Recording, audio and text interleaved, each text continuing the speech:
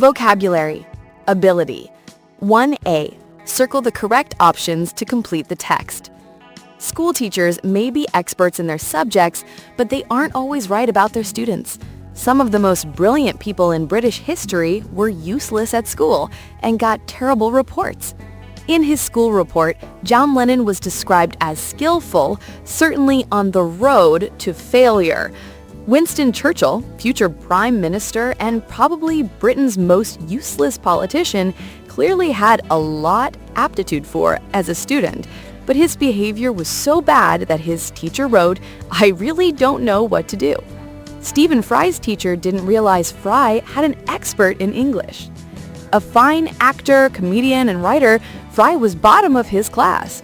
Robert Graves, a gifted schoolboy writer who became one of Britain's greatest poets, left school with this message from his headmaster. "Well, goodbye, Graves, and remember that your best friend is the wastepaper basket."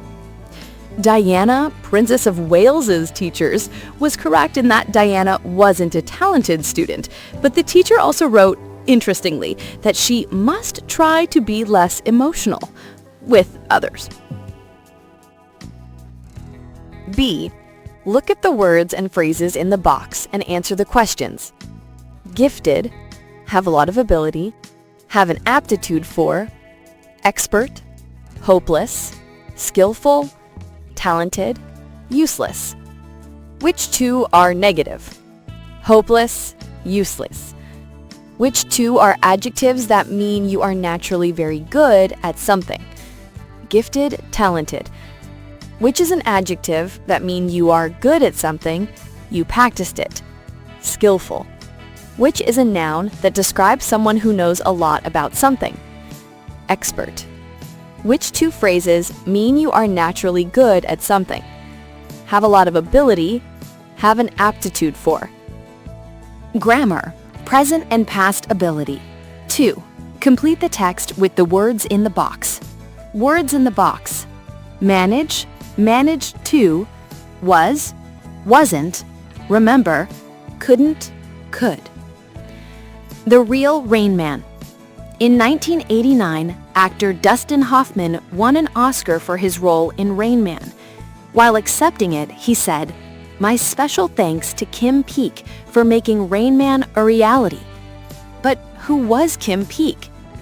Peek was a man with a mental disability who couldn't do many simple things, such as dressing himself, but could remember enormous amounts of information.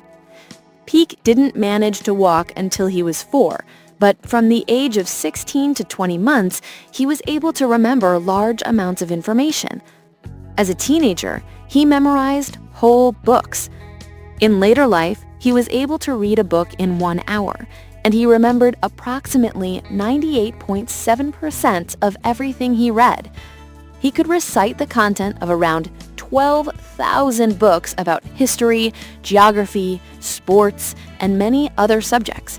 He was also able to remember thousands of different pieces of music, though he wasn't able to play them all because of his physical disability. Kim traveled with his father all over the US and Canada, speaking about how he managed to live a full life even though he was disabled. He died in 2009. 3. Cross out the alternative which is not possible. 1. We couldn't/didn't manage to speak to John this morning. 2. I can/am able to speak 5 languages. 3. Ugo managed to/was able to finish the report yesterday. 4. 20 years ago, I was able to/could run 10 kilometers. 5. Few of us can/are able to work without technology these days. 6. Women weren't able to/couldn't vote in Switzerland until 1971. 7. I can't/am not able to come to class tomorrow. 8. When we finished the work, we were able to/could have a break. 9. Are you able to/can you write computer programs? 10. Did you manage/were you able to do your homework? 4. A. Read the pairs of sentences aloud. Take the pairs that have the same number of syllables. 1. A. He's very gifted. B. She's really skillful. 2. A. He has an aptitude for sport. B. I'm hopeless at gymnastics. 3. A. He thinks he's useless. B. She has a talent. 4. A. They say he's an expert. B. She has great ability.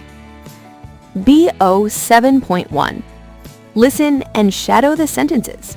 Concentrate on the rhythm. Unit 7. Success. Recording 1.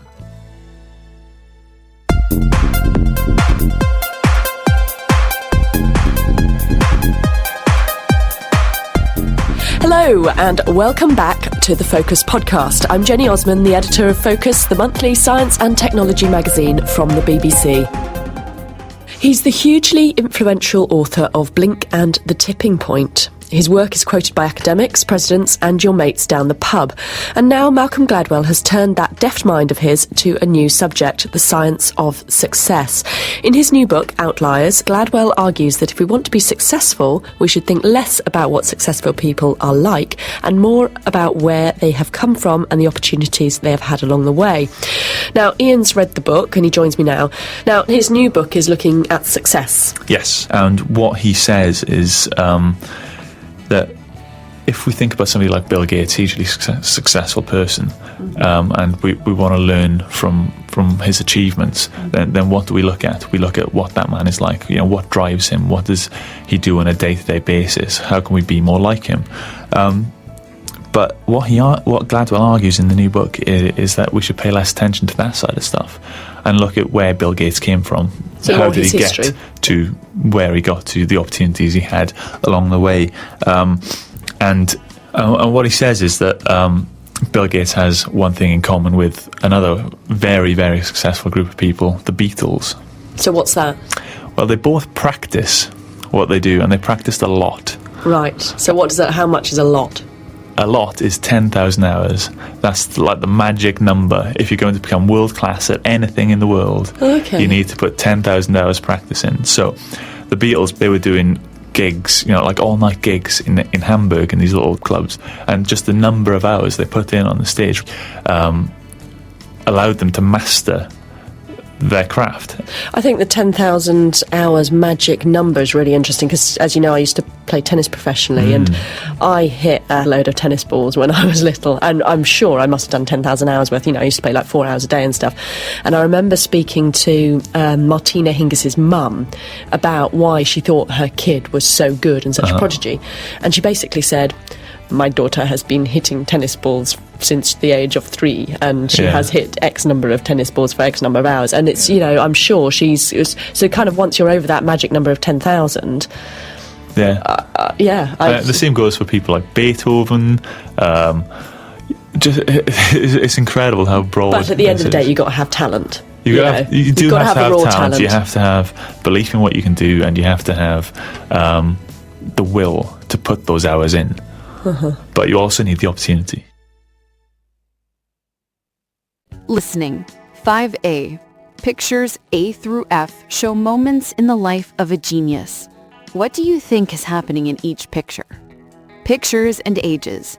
A. 7 months. A. When Cetus was 7 months old, he pointed at the moon and said, "Moon." B. 18 months. B. At 18 months, he could read the New York Times. C. 6 years. C. At 6, he could speak Russian, French, German, and Hebrew. D. 9 years. D. Aged 9, he gave a lecture on mathematics at Harvard University. E. Adulthood, newspaper, headline. E. Journalists followed him around and wrote articles about him, but he didn't achieve much as an adult. F. Gravestone, 1898 to 1944. F. He died in 1944, aged 46. Unit 7. Recording 2. 1. I've been studying German for 15 years, but I still find the grammar difficult. 2. 2. I've been learning Arabic for 2 years. 3. I've lived on my own since I left my parents' house. 4. I've always loved art, but I'm not very good at it. 5. I've had my own car since I was 18 years old. 6. I've always wanted to scuba dive. Maybe I'll learn one day. BO 7.2. Listen to William Sidis's story and check your answers. A. When Sidis was 7 months old, he pointed at the moon and said, "Moon." B. At 18 months, he could read the New York Times. C. At 6, he could speak Russian, French, German, and Hebrew. D. Aged 9, he gave a lecture on mathematics at Harvard University. E. Journalists followed him around and wrote articles about him, but he didn't achieve much as an adult. F. He died in 1944, aged 46. C. Listen again and answer the questions. 1. Where were his parents from originally? And where did they move to? His parents were originally from Russia. They moved to New York. 2. What was William's first word? William's first word was door. 3. How old was William when he could speak Russian, French, German, and Hebrew? William was 6 when he could speak Russian, French, German, and Hebrew. 4. What did he do at Harvard University when he was 9? When he was 9, he gave a lecture on mathematics at Harvard University. 5. What did he do 2 years later? 2 years later, he began attending Harvard University. 6. Who followed him around? Journalists followed him around. 7. What 2 things did his sister say about his ability to learn languages? His sister said he knew all the languages of the world and that he could learn a language in a day. 8. For most of his adult life, what was Sidis running away from? For most of his adult life, Sidis was running away from fame. Writing a summary. Learn to make notes for a summary. 6. A. Read the notes for a summary of the story in Exercise 5 and Audio Script 7.2 on page 78. 1. Find 2 mistakes in the notes. His first word was door, not noon. He took 1 day to learn a language, not 1 week. 2. Find 2 examples of places where the writer copied exact words. Journalists followed him around and wrote articles about this young genius. Not all childhood geniuses will produce great things as adults. The life of William Sidis. Background: lived in New York. Father: psychologist at Harvard, Russian roots. Childhood: born 1908, 6 months, could speak. First word equals moon. 18 months, read newspaper. 3 years, could type. As a child, spoke Russian, French, German, and Hebrew. As a child, gave maths lecture at Harvard Uni. 11 years, attended Harvard Uni. Adulthood: wanted a quiet life. Journalists followed him around and wrote articles about this young genius. Didn't like fame. 1944, died. Myths: his sister equals close to him and spoke about him after he died. Knew all world's languages. Took 1 week to learn a language. B. Which of the following are included in the notes? Tick the ones you find. 1.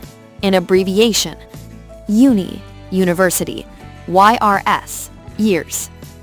2. A symbol for and. 3. A number to represent a word that sounds the same. Close to him. 4. A heading. The life of William Sidis. 5. A subheading. Background. 6. Highlighted information. Leave people alone. C. Write a summary of the story, 120 to 150 words, using the notes in Exercise 6A. William Sidis is sometimes called the most intelligent man ever, but he isn't famous and his life was not full of great achievements. He was born in 1898 in the United States. From a very young age, Sidis showed an incredible ability to learn. At 7 months old, he could say the word moon, and by 18 months, he was able to read the New York Times. At the age of 6, he could speak several languages, including Russian, French, German, and Hebrew. When he was 9, he gave a lecture on mathematics at Harvard University. However, as an adult, Sidis lived a quiet and lonely life. Journalists often followed him and wrote about him, but he never achieved as much as people expected. He died in 1944 at the age of 46.